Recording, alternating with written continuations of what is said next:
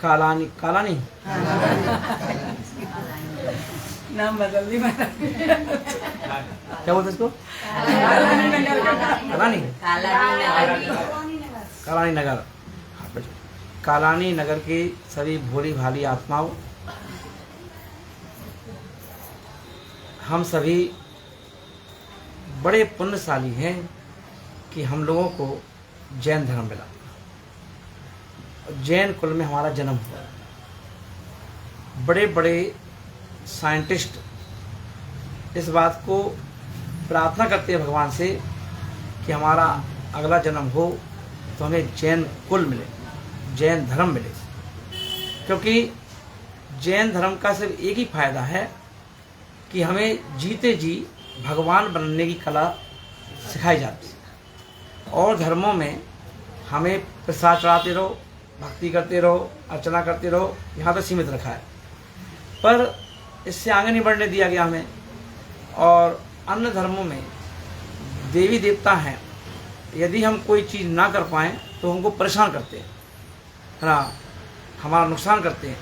पर जैन दर्शन में जितने वीतरागी हों, चाहे वो उनके यक्षिणी हों, कोई भी देवी देवता परेशान नहीं करते।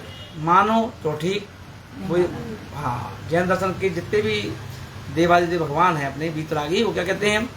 बोलो, हाथ जोड़ो, बोलो आओ तो वेलकम, नहीं आओ तो भीड़ कम,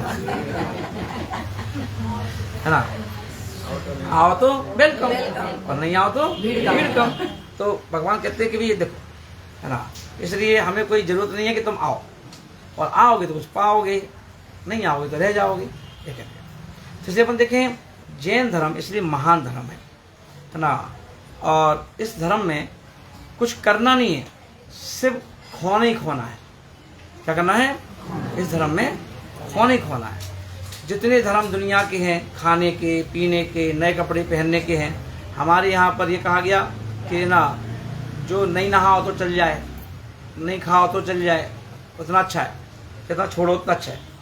और इसीलिए जैन दर्शन में कहा गया आपको किसी डॉक्टर के पास जाने की जरूरत नहीं है।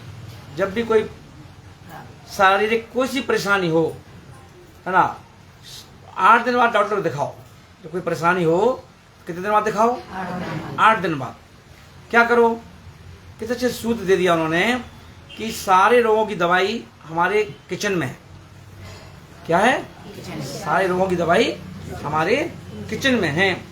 जब भी तबीयत खराब हो तो सबसे पहले आधी चम्मच अजवाइन खा लो पीस के, है ना, सौंठ ले लो थोड़ी सी, और हल्दी ले लो, बस 3 चीज़ों के लो, पानी पी लो, और बाकी उपवास कर लो, है ना। हाँ, खाना पीना नहीं है, है ना। हाँ, बस 3 चीज़, और ये चीज़ लेकर के, और बस पानी पी लो, गर्म पानी 1 गिलास, है ना।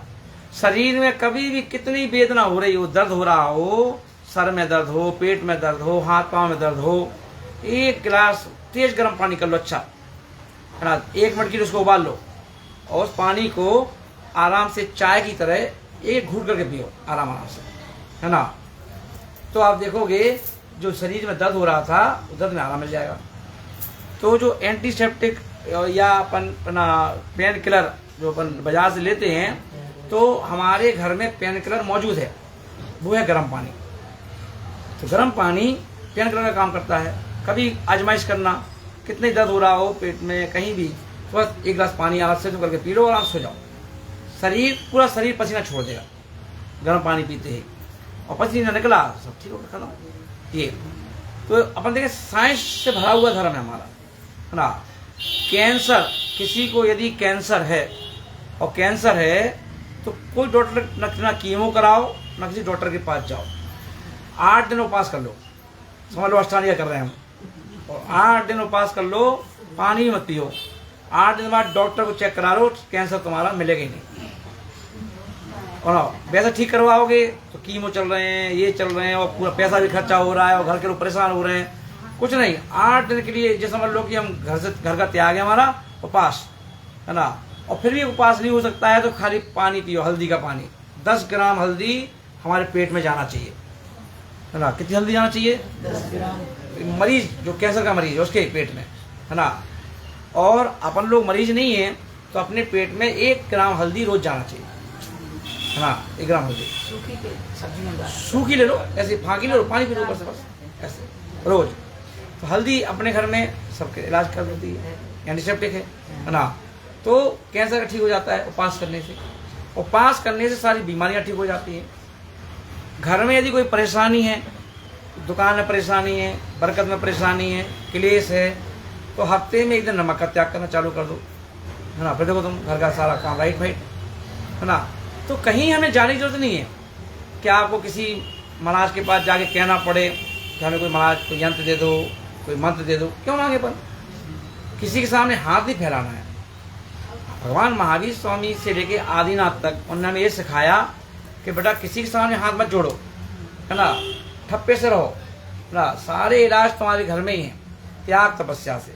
और घर में जो हमारे माता हैं, पिता हैं, बुजुर्ग लोग हैं, उनकी इज्जत करो, उनका विनय करो, है ना। भगवान के दर्शन करने बाद में जाओ, पहले घर में माता पिता हैं उनके पैर छुओ, घर में दादा दादी हैं तो उनके पैर छुओ, उनका रोज आशीर्वाद लो सुबह उठ करके। और माता पिता से और दादा दादी से खाने की जरूर पूछ लो, है ना। खाने की पूछ लो, उनको भी 1 हफ्ते में घुमा लाओ। जैसे बच्चे को घुमाना जरूरी है ना, ऐसे ही घर के लोगों को मम्मी पापा भी हों उनको भी घुमा लाओ, खुश होते हैं वो। अभी अपन क्या करते हैं, माता पिता जब अपन बच्चे बड़े हो जाते हैं, बहू बेटा आ जाते हैं, तो मम्मी पापा को चौकीदार बना देते हैं कि मम्मी हम बड़ा गांव जा रहे हैं, मम्मी हम यहाँ जा रहे हैं और हम 52 गजा जा रहे हैं, आप घर देखियो। तो वो बेचारे किलसते अंदर से, बताओ हम क्या चौकीदार हैं, है ना। अरे उनसे कह दो भी एक गाड़ी, चलो तुम भी बैठो, चलो 52 गजा घुमा के लाएँ, चलो यहाँ घुमा के लाएँ, वहाँ घुमा के लाएँ। तो उनका ही मन होता है।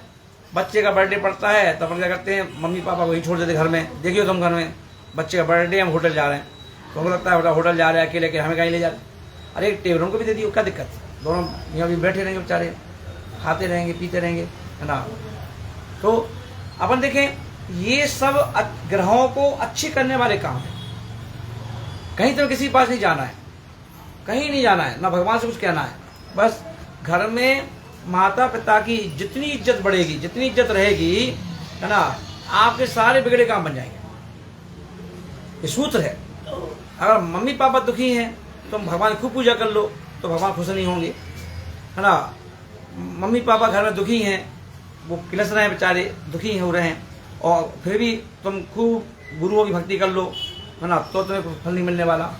तो घर में ही देवी देवता हैं, इनकी पूजा करो, सब सारे इनसे ये खुश, सारे देवी देवता खुश। और घर में आपके साधु उच्चारण पढ़ते रहो, है ना। रोज चौका लगाओ, क्या दिक्कत है। चौके में कोई 56 भोग नहीं बनाओ, जो भोजन तुम अपने लिए बनाते हो उसी को शुद्ध बनाओ। चाहे चटनी रोटी खाते हो तो चटनी रोटी खिलाओ, है ना। पर कोशिश ये करो कि साधु हमारे घर पे आए, 2 रोटी खा के जाए, पानी पी के जाए, और हम फिर खाएं, फिर तुम बस ये इतने से मंत्र तुम अगर पूरे पालन कर लो, तुम्हारी जिंदगी में तुम्हारी जिंदगी खुशनुमा और काबिल तारीफ और आत्म कल्याण की हेतु बन जाएगी। यही सबसे बड़ा मंत्र है। नमोकार मंत्र से भी बड़ा मंत्र है, और सारे मंत्रों से ये बड़ा मंत्र है। घर में सुख शांति समृद्धि के लिए घर के बड़े लोगों की इज्जत करो, एक साथ खाना खाओ, सब लोग एक दूसरे का ध्यान रखो, है ना। ऐसा नहीं कि उन्होंने अपने अलग खा लिया, इन्हें अलग खा लिया, उन्हें अलग खा लिया, एक साथ खाओ, है ना।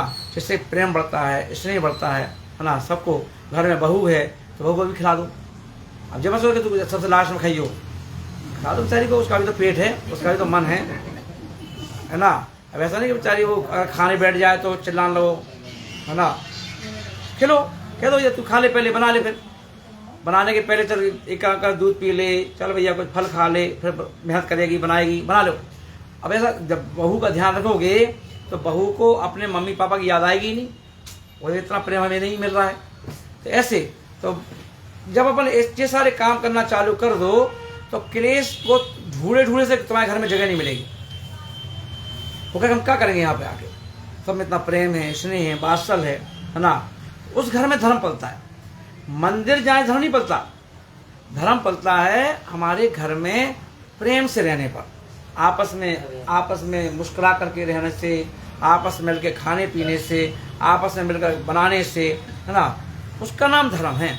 आप सोचते हैं कि नजर चढ़ाने का नाम धर्म है, चावल चढ़ाने का नाम धर्म है, मंदिर जाने का नाम धर्म है। मत जाओ, मंदिर चलेगा, पर ये वाले काम करके देख लो, घर में सुख शांति हो जाएगी। इसलिए हम लोग ऐसे धर्म को अंगीकार करें जिससे हमारा कल्याण हो। बोलो महावीर भगवान की। बाकी चर्चा कल करेंगे सुबह 8:30 बजे प्रवचन में।